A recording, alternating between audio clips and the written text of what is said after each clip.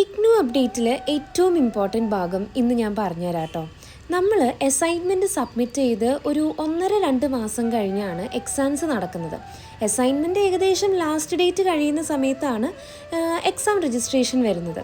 First day തന്നെ ചെയ്യാൻ ശ്രമിച്ചോളൂ, കാരണം നമുക്ക് ഏറ്റവും അടുത്തുള്ള എക്സാം സെൻറ്റർ കിട്ടും. പക്ഷേ നമ്മൾ ഒരു ദിവസം വൈകി കഴിഞ്ഞാൽ നമുക്ക് ഏറ്റവും അടുത്തുനിന്ന് മാറി ഏറ്റവും ദൂരെയുള്ള കോളേജസ് ആയിരിക്കും നമുക്ക് എക്സാംസ് എഴുതാനായിട്ട് കിട്ടുക.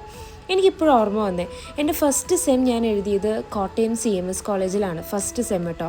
നമുക്കൊന്നും അറിയാതെ നിൽക്കുന്ന സമയത്ത് എങ്ങനെ ചെയ്യണം, എങ്ങനെ സബ്മിറ്റ് ചെയ്യണം, എങ്ങനെ രജിസ്റ്റർ ചെയ്യണം എന്നൊന്നും നമുക്ക് ആരും പറഞ്ഞു തരാനുണ്ടായിരുന്നില്ല. അങ്ങനെ 1 ഡേ ലേറ്റ് ആയതുകൊണ്ട് എനിക്ക് ഏറ്റവും അടുത്ത് സെൻറ്റേഴ്സ് മാറി എനിക്ക് ദൂരെയുള്ള സെൻറ്ററാണ് കിട്ടിയത്. എത്ര സബ്ജക്റ്റ് ഉണ്ടോ അത്രയും സബ്ജക്ട്സ് നമ്മൾ ഒരൊറ്റ എക്സാം സെൻറ്ററിൽ വേണം രജിസ്റ്റർ ചെയ്യാനായിട്ട്. ബൈ ചാൻസ് എല്ലാ സബ്ജക്റ്റിനും ഒരു സെൻറ്റർ കിട്ടിയില്ലെങ്കിൽ കിട്ടാത്ത സബ്ജക്റ്റ് നമുക്ക് നെക്സ്റ്റ് സെമ്മിൽ റീഅപ്ലൈ ചെയ്താൽ മതി കേട്ടോ. എൻ്റെ ആദ്യത്തെ സെമ്മ് അത്രയും ലേറ്റ് ആയതുകൊണ്ടാണ് കോട്ടയത്ത് പോയി എഴുതേണ്ടി എനിക്ക് വന്നത്. ബാക്കിയെല്ലാം ഞാൻ കലൂർ റീജിയണൽ സെൻറ്ററിലാണ് എഴുതിയത്.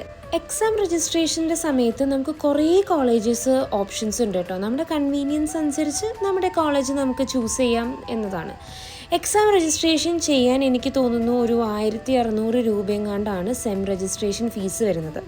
കലൂർ റീജിയണൽ സെൻറ്റർ വരുന്നത് കലൂർ കത്രിക്കടവ് റോഡിൻ്റെ ആ ഭാഗത്താണ് കേട്ടോ, ഓപ്പോസിറ്റ് ടു ഫെഡറൽ ബാങ്ക്. കുറച്ചും കൂടി എളുപ്പത്തിൽ പറഞ്ഞാൽ കലൂർ ബസ് സ്റ്റാൻഡിൻ്റെ അടുത്തായിട്ടാണ് വരുന്നത്. ഇനിയും ഒരുപാട് കാര്യങ്ങൾ ഇഗ്നുവിനെ പറ്റി പറഞ്ഞു തരാനുണ്ട് കേട്ടോ, പക്ഷെ ഇതിൽ ഒതുങ്ങുമെന്ന് എനിക്ക് തോന്നുന്നില്ല. അപ്പം ഇഗ്നുവിൻ്റെ ബാക്കി പത്രം ഞാൻ യൂട്യൂബിൽ ഇടുന്നതായിരിക്കും. സബ്സ്ക്രൈബ് ചെയ്ത് വെച്ചോ.